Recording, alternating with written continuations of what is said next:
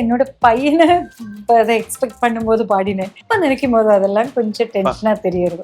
நட்சத்திர ஜன்னலில் வானம் எட்டி பார்க்குது, சீரகை விரித்த பரப்போ. சுகன்யா அம்மா வந்திருந்தது. அப்படி பார்த்தேன். அவங்க சொன்னேன், நீங்க தானே பாடினேன்னு சொன்னாங்க. மன்னவா மன்னவா song. மன்னவா மன்னவா மன்னாதி மன்னவா, சொல்லவா சொல்லவா ஒரு காதல் கதை, சொந்தம் நீ அல்லவா உயிர் வாழும் வரை. சரி, இப்ப ரெடியா இருக்க, டேக் போலாமா? இப்ப நான் ரெடி, டேக் எல்லாம் எடுத்தாச்சு.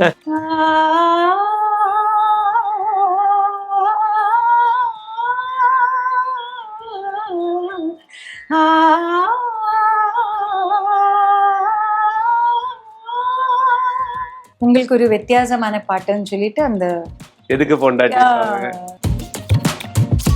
நீங்க வெளிநாட்டுல செட்டில் ஆயிட்டதா வந்து ஒரு பேச்சு உண்டு. இல்ல, ஒரு வாட்டி ரெஹ்மான்ஜி கூட எங்க கிட்ட கேட்டேன், எப்போ வந்து நீங்க யூஎஸ்ல? நான் சொன்னேன், நான் போனாதானே வர முடியும், நான் இங்கதான் இருக்கேன். ஸ்வரலதா மாதிரி நீங்களும் வந்து அந்த ஒரு ரீச் கிடைக்கக்கூடிய ஒரு சிங்கர் தான். நீங்க எங்க விசாரிச்சு நீங்க நினைக்கிறீங்க அது? நீங்க கொடியும் தோரணமும் குங்குமமும் சந்தனமும் பெண்மை மாவிலையும் திருடெங்கும் பூமணமும். தங்கமயிலில் ஆடி கொண்டாட்டம் ஆரம்பம். தங்கம் கிராமுக்கு 300 முதல் 600 வரை தள்ளுபடி. இச்சலுகை ஜூலை 31ஆம் தேதி வரை மட்டுமே. வாசு சாரோட படங்கள், அவரோட டைரக்ஷன்லயே இப்ப உழைப்பாளி, வால்டர் வெற்றிவேல், சேதுபதி ஐபிஎஸ் எல்லாமே அவரோட இயக்கத்துல. அதுக்கு முந்தி அதான் வர செந்தமிழ் பாட்டுல பாடி இருக்கீங்க. அது என்னோட கல்யாணத்துக்கு போறேன்னு கேரளாவுக்கு போகும்போது செந்தமிழ் பாட்டு பாட்டாது பாடிட்டு போனேன். அது கூட எனக்கு தெரியல. அந்த தாய்க்கு இல்ல அம்மாவுக்கு தெரியவே இல்லை. என்ன சரியான சாங் அது. சொல்ல சொல்ல அந்த பாட்டு.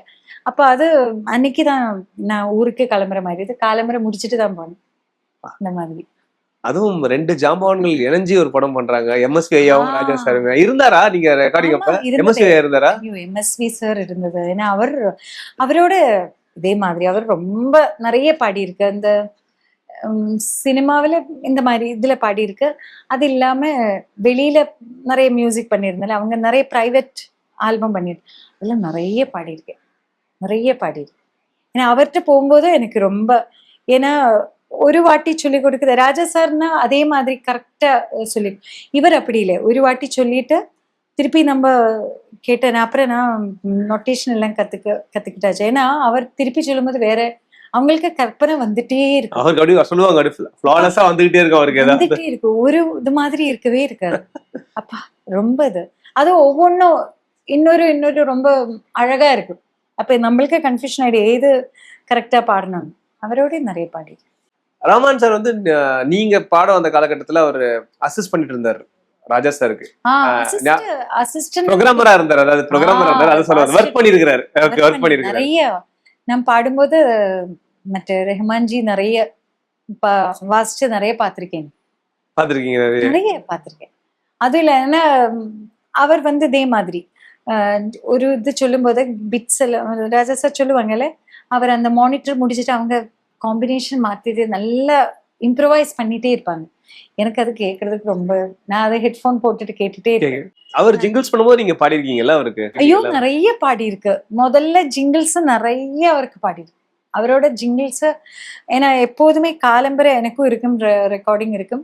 அவருக்கு ராஜா சார் கிட்ட வாசிச்சுட்டு இருந்தேன்ல, அவர் கேட்பாங்க, நீங்க கொஞ்சம் இன்னைக்கு எனக்கு கொஞ்சம் இது பண்ணி தரீங்களா? ஆனா அவரோட வந்து எப்போதும் ஆஃப்டர் 9 o'clock. ஏன்னா அவருக்கு அது முடிச்சு வரணும்ல. இப்ப கேட்பாங்க. நான் எல்லாம் அப்ப எல்லாம் அல்வார்பேட்டில இருந்தேன். அவர் இங்கிருந்து எல்லாம் முடிச்சுட்டு நம்ம வீட்டுல வந்து நாங்க எல்லாம் சேர்ந்து போவோம். நிறைய பாடி இருக்கு. ஏதாவது ஞாபகம் இருக்கா ஜிங்கிள்ஸ்ல அப்படி ரொம்ப பாப்புலரா?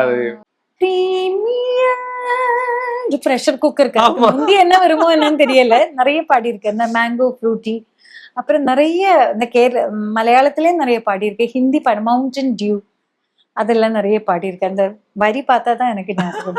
டியூன் சொல்லி கொடுப்பாங்க. டியூன் சொல்லி கொடுத்துட்டு எனக்கு கொஞ்சம் பாடிட்டே இருக்கு. நான் மானிட்டர் நிறைய இப்போ நீங்க பாடிட்டே இருங்க. ராஜா சார் கிட்ட டேக் சொன்னா நான் கொஞ்சம் உஷாராயிடுவேன் ரொம்ப. இவர் அது சொல்லவே சொல்லாது. அப்படியே நீங்க பாடிட்டே இருங்கன்னு சொல்லிட்டு அப்புறம் நான் சொல்லுவேன், சரி இப்ப ரெடியா இருக்க, டேக் போலாமா? இப்ப நான் ரெடி, டேக் எல்லாம் எடுத்தாச்சு. அவங்க ரொம்ப அவருக்கு பாடின பாட்டுலாம் அப்படிதான். எல்லாமே அப்படிதான். அது ஸ்டைலே வேற. காதலன் தான் முதல்ல படத்துல பாடினதா அவரு? உங்களுக்கு படத்துல அவ்வளவு நான் பாடல. ஆனா அந்த காதலன் தான். அது கூட இதே மாதிரிதான். நம்ம பாடிட்டு இருக்கும்போது அவங்க மானிட்டர் மாதிரி. அப்ப அதுல நம்மளுக்கு டென்ஷனே இருக்காதுல்ல, கொஞ்சம் தப்பு வந்தாலும். ஆனா அவர் எடுத்து எங்கேருந்து போடுறதும் தெரியாது. ஆனா நான் சொல்லுவேன், இப்ப சரியில்லை நான் எடுத்து முடிச்சாச்சு அப்படி. சுஜாதாவும் நீங்களும் பாடிருக்கீங்க இல்லையா? இன்னொரு வாய்ஸ் அவங்கதான் இருக்கும் பாருங்க. இது இன்னொரு வெர்ஷன். ஆமா, ஆமா, அதுலயும் வேற விஷயம். அதெல்லாம் அதே மாதிரி ரெஹ்மான்ஜியோட வந்து பாம்பேல நினைக்கிறேன் உயிரே சாங்ல அந்த ஒரு ஹம்மிங் இருக்கு. நான் வந்து பிரெக்னெண்டா இருந்தேன், என்னோட டாட்டர். அது வந்து ரொம்ப நெருங்கிட்டு இருக்கு, அவரோட டெலிவரி நெருங்கிட்டு இருக்கிற டைம். ரொம்ப ஜஸ்ட் அது முடிச்ச உடனே நான் இங்க இசபெல் ஹாஸ்பிட்டல்ல போனேன். ஏன்னா எனக்கும் தெரியல, அவர் கூப்பிட்டு கேட்டேன், ஒரு சின்ன ஒர்க் இருக்கு வர முடியுமான்னு கேட்கும்போது நான் சொன்னேன் சரி. அதே மாதிரி நைட்ல தானே, அவரோட ஒர்க் எப்போதும் ஆஃப்டர் 9 தான் இருக்கு. அங்க போனேன், அது இது 9 கூட முடிச்சாச்சு. 10 o'clock வாங்கியிருக்குமா. திருப்பி இல்லை, கொஞ்சம் குட்டியா ஒரு இது இருக்கு, நீங்க வர முடியுமான்னு கேட்டேன். சரி, நான் அப்பா எல்லாம் போனேன். அங்க போன போது அவர் சொன்னேன், இல்லை இந்த ஒரு ஹம்மிங் இருக்கு சுனந்தா, கொஞ்சம் பாட முடியுமா. ஐயோ, உங்களுக்கு இந்த மாதிரி இருக்கும்போது எப்படி? அப்ப எனக்கு தெரியல. நான் சொன்னேன், அப்படியெல்லாம் எனக்கு ஃபீல் பண்ண, உங்களுக்கு ஏதாவது பிரச்சனை இருக்கு? நான் சொன்னேன், எனக்கு அப்படியொன்னும் இல்லை. அவர் அந்த டியூன் சொல்லி கொடுத்தா அது வந்து ரொம்ப ஹை. ஆனா எனக்கு அதுதான் நான் சொன்னேனே, அந்த இக்னோரன்ஸ் இஸ் பிளிஸ் சொல்றது. அவர் ரொம்ப டென்ஷனா இருக்கு, ஐயோ உங்களுக்கு பண்ண முடியுமா? நான் சொன்னேன், எனக்கு அப்படி இல்லை. அப்புறம் அவர் சொன்னேன், நீங்க நின்று பாட வேண்டாம், ஒரு சேர் போட்டுட்டு அதெல்லாம் கரெக்ட் வச்சுட்டு பாடினேன். பாடிட்டு அங்க பக்கத்துல இருப்பாங்கல்ல நிறைய அசிஸ்டன்ஸ், அதெல்லாம் இருப்பாங்க. அவர் சொல்றது, அவங்க ஸ்டுடியோ பேரு வந்து பஞ்சதன் தானே. அவங்க சொல்றது, இது வந்து லேபர் என்ன ஆக்க வேணும் தெரியும். ஏன்னா அவ்வளோ, ஏன்னா இட் வாஸ் வெரி அட்வான்ஸ்ட் மைட்டிங். அப்ப அவரும் சொன்னேன், ஐயோ ஒன்னும் உங்களுக்கு பிரச்சனை ஒன்றும் இல்லை. சொன்னேன், எனக்கு ஒன்னும் ஃபீல் பண்ணல, அந்த மாதிரி ஒன்னும் ஃபீல் பண்ணல. இப்ப நினைக்கும் போது அதெல்லாம் கொஞ்சம் டென்ஷனா தெரியுது. அப்படியே மறுநாள்ல நான் ஹாஸ்பிட்டல் கிளம்பினேன். ஆமா, ஹம்மிங் பாட முடியுமா அது?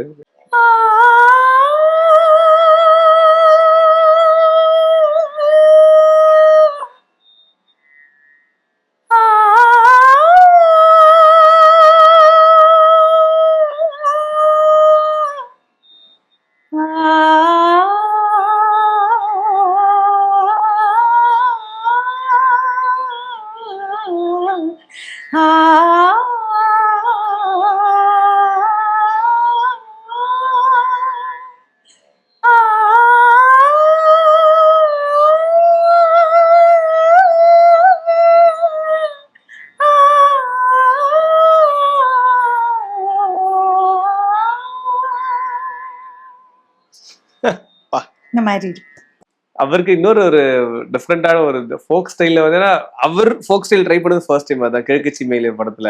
இல்ல, அதுக்கு அவர் சொன்னது இதுதான்.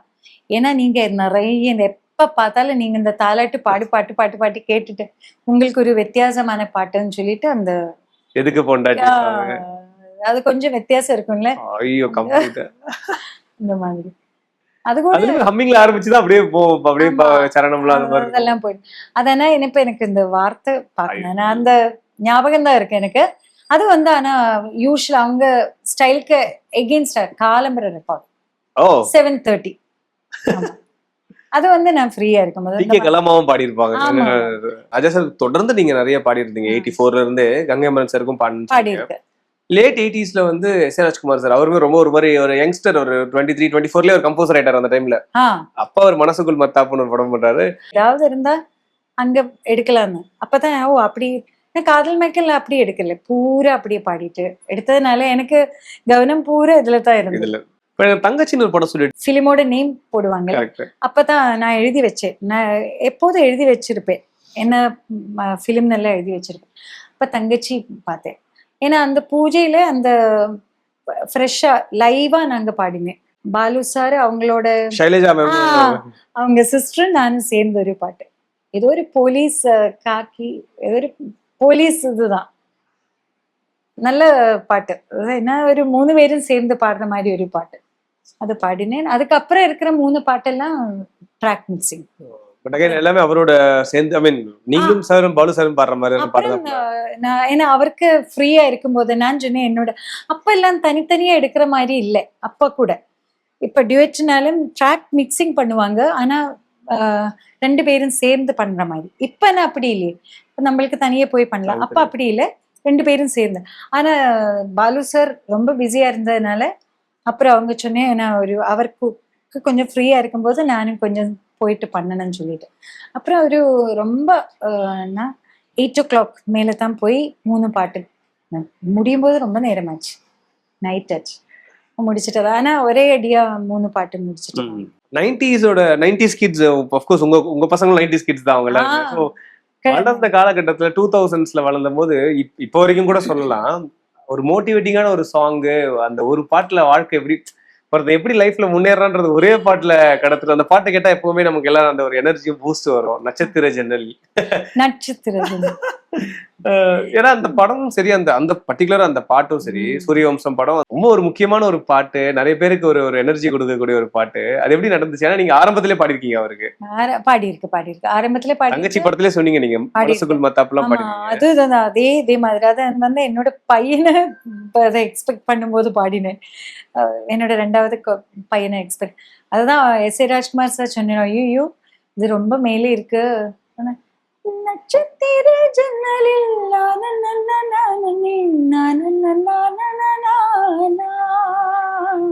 அப்படி இருக்குல்ல, அவர் சொன்னது உட்கார வச்சுதான் உட்கார்ந்துதான் பாடினேன். அத இங்க நான் கேட்கலன்னா சும்மா விட மாட்டாங்க மக்கள் என்ன. சில வரிகளுக்காக நட்சத்திர ஜன்னலில் வானம் எட்டி பார்க்குது, சீதகை விரித்த பரப்பா.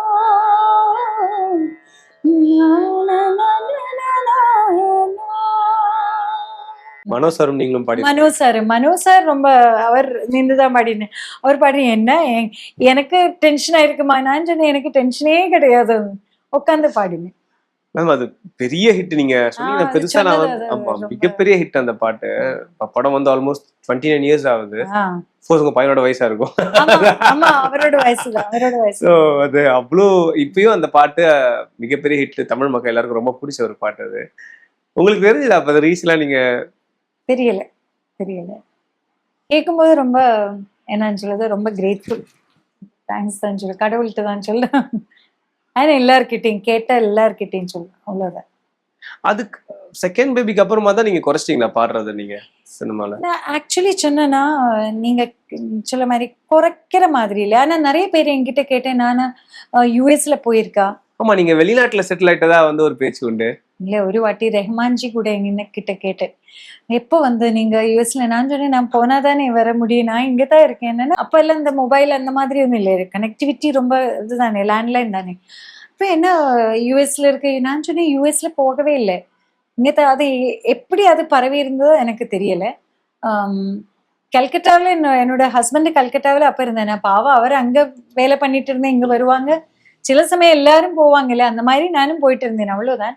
அப்புறம் அவர் ஃபாரின்ல போகும்போது திருப்பி இங்க தான் வந்து செட்டில் ஆனேன். ஆனா அது அந்த நியூஸ் அப்படியே யூஎஸ்ல தான் இருக்கு. அந்த மாதிரி நிறைய பேர். ஒருத்தர் எனக்கே ஆச்சரியமா இருக்கு, ஏன்னா ஏதோ ஒரு ஃபங்க்ஷன்ல பார்த்தப்போ அவரு சொன்னது, ஐயோ உங்களுக்கு இதெல்லாம் மாறி போச்சு, அந்த கலர் எல்லாம். நான் சொன்னேன், ஐயோ நான் இங்கேயே இருக்கேன், சென்னையில இருக்கேன், யூஎஸ்ல இருக்கேன். அப்புறம் தான் அப்புறம் திருப்பி அவங்களுக்கு பாடினேன். நான் குழந்தையெல்லாம் பண்ணிட்டு இருக்கும்போது நம்ம அந்த இதுல இப்ப கேப் இருக்கிற மாதிரி எனக்கு தெரியல, நான் ஃபீல் பண்ணல. நான் வீட்டுல பாடிட்டு இருந்தேன், வேற வெளியிலயும் பிரைவேட்டா பாடிட்டு இருந்ததுனால எனக்கு அந்த கேப். அப்புறம் இப்ப பார்க்கும்போது நிறைய கேப் இருந்த மாதிரி தெரியுது. ஆனா அதுவும் இல்லாம குழந்தைகள் இப்ப பெருசாயிட்டு அவங்க கேக்குறது, ஏம்மா நீங்க நிறைய விட்டுட்டேனே பாடலையேன்னு. அப்ப கேட்கும்போதுதான் நம்மளுக்கு ஃபீல் பண்ணுறது, ரொம்ப ஃபீல் பண்ணுது. அது நிறைய பேருக்கு தெரியாம இருந்துச்சு. நீங்க இங்கதான் இருக்கீங்க, இப்ப ரஹ்மான் சாரே கேட்டாருன்னு சொன்னீங்க. அவர் கேட்டேன் ரெகுலரா பாடின 2004 என்னமோ 2003 2004 ஏதோ இதுக்கு அவங்கள பார்த்தேன். அந்த இதுக்கு ஒரு ஃபங்க்ஷனுக்கு அவங்க கேட்டேன், என்ன நீங்க எப்ப வந்தேன்னு மாதிரி. இப்போ என்ன சொன்ன, ஐயோ இங்க இருக்க, ஐயோப்பா நான் இப்ப பாடின ஏதாவது கொஞ்சம் எனக்கு வாய்ஸ் கேட்கறதுக்காக. ஆனா நான் கொடுத்து அனுப்பினேன், அவங்க போய் சேர்ந்திருக்க எனக்கு தெரியல. கொடுத்து அனுப்பிடுறேன். நோ அப்படி okay. Yeah I just gave. அவங்க கிட்ட கொடுத்து அனுப்பிடுறேன். ஏன்னா நான் அவங்கள அப்புறமா நேரடியா பார்க்கல, வாய்ஸ் மட்டும் கொடுத்து அனுப்புவேன். ஏன்னா நீங்க சொல்ற அந்த பீரியட் வந்து மேம் 2000s ஆமா, எனக்கு இப்போ தேவா சாரும் சரி, எஸ் ஏ ராஜ்குமார் சார் எல்லாருமே பீக்ல தான் இருந்தாங்க. அவங்க எல்லாருமே தொடர்ந்து ஹிட்ஸ் கொடுத்துட்டே தான் இருந்தாங்க. ரமன் சார், ராஜா சாரும் தொடர்ந்து படம் பண்ணிட்டு தான் ஆமா இருந்தாங்க. ஆமா ஆமா கரெக்ட் ஃபேன்ஸ்க்கே ஒரு கொஸ்டின் உண்டு. கரெக்ட். ஸ்வரலதா மாதிரி நீங்களும் வந்து அந்த ஒரு ரீச் கிடைக்கக்கூடிய ஒரு சிங்கர் தான். நீங்க எங்க விசாரிச்சு நீங்க நினைக்கிறீங்க அது? நீங்க ஒருவேளை நானும் கான்டாக்ட் பண்ணலையோ என்னன்னு தெரியல எனக்கு. நான் எப்போதும் அந்த மாதிரி கான்டாக்ட் பண்ணுறது ரொம்ப கம்மி தான். போகும்போது பார்ப்பேன். அவ்வளோ ராஜா சார்னா ராஜா சார் பாட்டுக்கு போகும்போது பார்ப்பேன். அவங்க இந்த மிஸ்டேக் எல்லாம் புரிஞ்சதா, முன்னாடி பாடின பாட்டுக்கெல்லாம் அதெல்லாம் அந்த மாதிரி எல்லாம் கேட்பேன். அப்புறம் அவங்க வீட்டு ஃபங்க்ஷன் அந்த மாதிரி இருக்கும்போது எப்போதும் பார்க்கறது உண்டு. மற்றபடி நான் ரொம்ப பார்க்கறது இல்லை. அப்புறம் நான் இந்த குழந்தைகள் அந்த இதுல இருக்கிறதுனால மேபி வீட்டில் அந்த ரொம்ப ஃபேமிலி மாதிரி இருந்ததுனாலயும் என்னன்னு தெரியல, கேப் நிறைய விழுந்து. ஆனா பாட்டு பண்ணிட்டு தான் இருந்தேன். ப்ராக்டிஸ்ல தான் இருந்தீங்க நீங்க. ஆமா தெரியல. அப்புறம் எல்லாரும் கேட்கும்போது தான் ஐயோ அப்ப எனக்கு கூட ஐயோ கரெக்ட் நானும் அது கவனிக்காம விட்டதோ என்னன்னு தெரியல எனக்கு. ஏன்னா அந்த சாங் அவ்வளவு பெரிய ஹிட். ஏன்னா நீங்க ஆல்மோஸ்ட் ஒரு இப்ப ரொம்ப ஃபீல் பண்ணது கொஞ்சம் கூடி கவனிச்சிருக்கலாம் எனக்கு ஃபீல் பண்ணுறது. இப்ப திருப்பியும் இப்படி பாடணும்னு இருக்கா உங்களுக்கு? சினிமால பாடணுன்றது டைம் இருக்கு நல்ல மாதிரி. அது உங்களுக்கு ஆமா நிறைய இருக்கு, பாடலாம் இருக்கு அதுக்கு. ஏன்னா எங்களுக்கு இந்த மாதிரி ரியல் சிங்கர்ஸ் அந்த பாட்டை பாடினவங்க யாரு இப்போ ஆக்சுவலா இப்போ ராஜா சார் நிறைய கான்சர்ட்ஸ் ரெகுலரா பண்ணிட்டே இருக்காங்க அந்த மாதிரி. மேடைகளை போகும்போது இப்ப நீங்க அவருக்கு எவ்வளவு பாட்டு பாடிருக்கீங்க. அந்த மாதிரி கச்சேரிகளுக்கு பாடக்கூடிய பாடலையும் கூட இருக்கு. அதாவது அவர் பிளே பண்ற சாங்ஸ் கூட இருக்கு. அதுல ட்ரை பண்ணிருக்கீங்களா? எனக்கு ராஜா சார் இப்ப மீட் பண்ணணும், திருப்பியும் நான் இன்னும் ப்ராக்டிஸ்ல தான் இருக்கேன் அப்படின்றது அவருக்கு தெரியணும்ல. அது நீங்க சொல்லிருக்கீங்க. அது அதாவது இந்த மாதிரி பண்ணல, அது பண்ணல. அந்த மாதிரி நான் ப்ராக்டிஸ் பண்ணிட்டு இருக்கேன் அந்த மாதிரி சொல்லணும். நிச்சயமா அவர் தெரிஞ்சா கண்டிப்பா அவர் கட்டாயம் சொல்லணும். ஆமா. ஏன்னா நீங்க இதை தாண்டி இப்ப தேவா சாரோட இசையில நிறைய பாடிருக்கீங்க. தேவா சார் நிறைய பாடி ரொம்ப அவர் கூட ரொம்ப இது அவர் சொல்லி கொடுத்துட்டு அப்புறம் ஏதாவது அங்கெல்லாம் இருந்தேன்னா அவர் ஒன்றும் சொல்லாரு. சில சமயம் எனக்கு அப்படி மாறிடும், சிலதெல்லாம் கொஞ்சம் அப்படி இப்படி மாறி அவர் ஒன்றும் சொல்லாது. வேண்டாதெல்லாம் சொல்லாது. அப்படி பாடுங்க நான் சொல்லி ஐயோ தேவா சார் கொஞ்சம் அதை ஒரு வாட்டி கூட எடுக்கலாம். இல்லை எதுக்கு, அது பரவாயில்ல நல்லாதான் இருக்கு அப்படியே இருக்குன்னு சொல்லி அவங்க மாத்துறது. மகாபிரபுன்னு ஒரு படம் இருக்கு சரத்குமார் சாரோடது. அதுல சொல்லவா ஒரு காதல் கதை வந்து பாலு சாரோட அவரோட சரி. ஐயோ அவரை என்ன பாடிருக்காங்க. அவரும் இருந்தா நீங்க பாடும்போது நல்லதான் பாடிருப்பீங்க அப்படி சொல்றீங்க. இல்ல அவர் ரொம்ப அந்த இதெல்லாம் ரொம்ப அவர் சொன்னேன் நீ பாடி இருக்கேன் நீ இப்ப நல்லா. நான் சொன்னேன் நான் உங்களை பார்த்துட்டு தான் இருக்கேன். ஆனா ஒரு மானிட்டர் இருக்குல்ல அவங்க வித்தியாசமா பாடிட்டு இருந்தேன். ரொம்ப நல்லா. ஏன்னா அவர் பாடி போலான்னு சொல்லிட்டு இருந்தேன் ட்ராக். ஏன்னா அவருக்கு நிறைய வேற எங்கேயோ ரெக்கார்டிங்ஸ் இருக்கு. நான் சொன்னேன் நீங்க பாடிக்கோங்க, நான் அப்புறமா இல்ல உங்க கூட பாடுறேன். அவர் அப்படி யாருன்னு சொல்லாதுல்ல அந்த பெரிய. நான் சொன்னேன் எனக்கிட்ட கொஞ்சம் டைம் ஆயிடு, நான் அப்ப அங்கெங்கெல்லாம் எனக்குன்னு டைம் ஆயிடு, நானும் அப்படி இருக்கேன் சேர்ந்து பாடலாம்னு சொல்லி அவர் சேர்ந்து பாடி. சொல்லவா ஒரு காதல் கதை சொந்தம் நீ அல்லவா உயிர் வாழும் வரை என் சீலும் என் பேச்சிலும்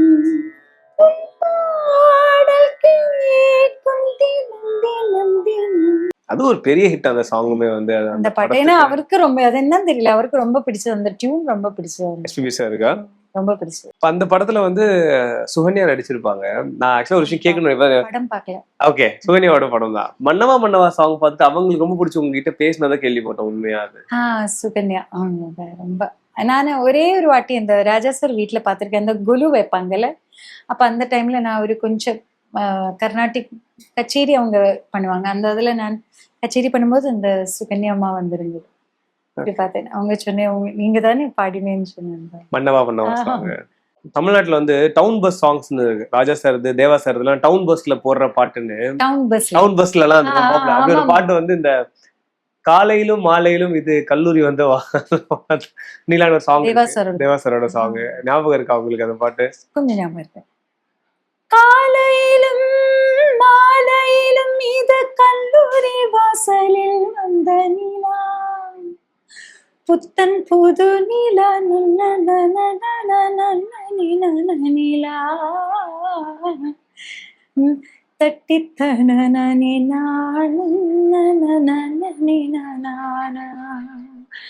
காலையிலும் மாலையிலும் இது கல்லூரி வாசலில் வந்த நிலா. பா. அந்த மாதிரி இதெல்லாம் இந்த பஸ்ல போடுற சாங் ஊர்கள்ல நிறைய இப்ப பாருங்க நீங்க பாடினதுக்கு பார்த்து கமெண்ட் போட போறாங்க நிறைய பேர் வந்து என்னோட ஃபேவரட் இதுக்கு தனி ஒரு ஃபேன்ஸ் இருக்கு. காலையில மாலையில இதுவும் அவரோட சேர்ந்து பாடினது. கரெக்ட். SPB sir. அப்ப புதுசா வந்த கம்போசர்ஸ் இப்ப சௌந்தர்யன் ஒரு கம்போசர் உண்டு சேரன் பாண்டியன் படத்துல வந்து இந்த ரொம்ப அந்த பாட்டு திருவிழால ரொம்ப ஃபேமஸான பாட்டு கொடியும் தோரணமும் அது ஞாபகம் இருக்காது. கொஞ்சம் ஞாபகம் இருக்கு. கொடியும் தோரணமும் குங்குமமும் சந்தனமும் தென்னை மாவிலையும் திருவெங்கும் பூமணமும்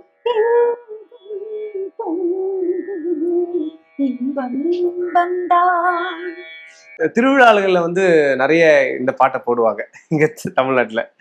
கொடியும் தோரணம் பாட்டு வந்து இப்ப கூட போடுவாங்க ஊர்கள்ல அந்த பாட்டு ரொம்ப ஃபேமஸான திருவிழா நடக்கிற இடங்கள்ல. ஏன்னா அந்த மாதிரி மூடு அந்த சாங் தானே அது நல்ல பாப்புலரான ஒரு சாங். அது வேற எந்த கம்போசரோட அந்த காலகட்டத்தில் நீங்க பாடி சங்கர் கணேஷ் சாருக்குமே நீங்க பாடியிருக்கேன்.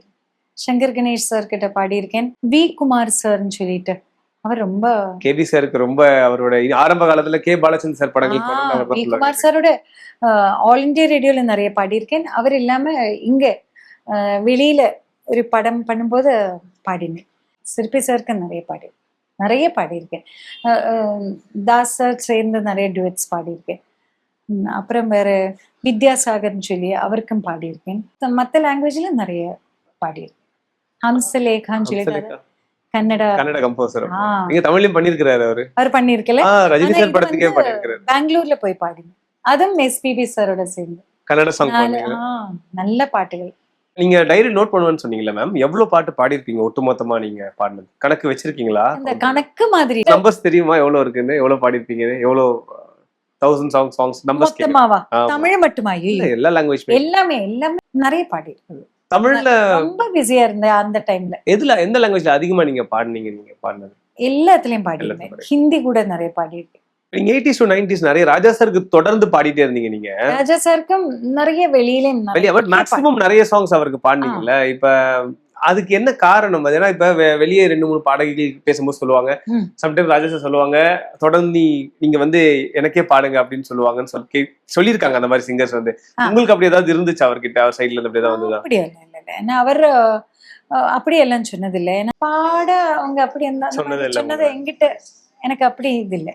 ராஜா சாரை பார்த்து ரொம்ப நாள் ஆயிடுச்சுன்னு சொன்னீங்க. ரமான் சாரை கடைசியா பாத்தீங்களா எப்பயாவது? ஐயோ, அவரை பார்த்து ரொம்ப நாள் ஆச்சு. அவரோட பாட்டு கேட்டுட்டே இருக்கேன் தவிர பார்த்து ரொம்ப நாள். கேக்குறது உண்டா பாட்டுல? ஏன்னா நீங்க அப்ப சொன்னீங்க பிஸியா இருக்கும்போது நான் என் சாங்ஸை கேட்க மாட்டேன் பெருசா அப்படின்னு சொன்னீங்க.